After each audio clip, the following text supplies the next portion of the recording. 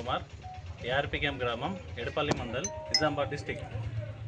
ఈ సర్పంచ్ ఎలక్షన్స్లో కాంగ్రెస్ పార్టీ అభ్యర్థిగా తరఫున నిలబడుతున్నాను. మా సార్ సుదర్శన్ సార్ ఆశీర్వాదంతో, పులిసినన్న గారి ఆశీర్వాదంతో నాకు ఈ అవకాశం లభించింది. ఎందుకు లభించిందంటే ఈ 2 సంవత్సరాలు కాంగ్రెస్ గవర్నమెంట్ రూలింగ్ వచ్చిన తర్వాత అనేక పథకాలు మేము ముందుకు తీసుకెళ్ళినాం.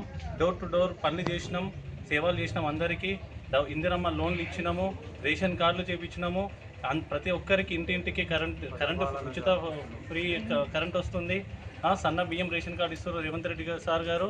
ఇలా అనేకమైన పనులు చేసినాం. అంతేకాకుండా గ్రామంలో మోరం రోడ్లు వేయించినాము, సీసీ రోడ్లు వేయించినాము, సీసీ డ్రైన్స్ వేయించినాము, సీసీ రోడ్లు వేయించినాము, 2-3 చోట్ల పెద్ద పెద్ద కలవట్లు వేయించినాము. ఇదంతా కేవలం పులిసినన్న గారి కృషితోటి, సుదర్శన్ సార్ గారి ఆశీర్వాదంతో జరుగుతుంది.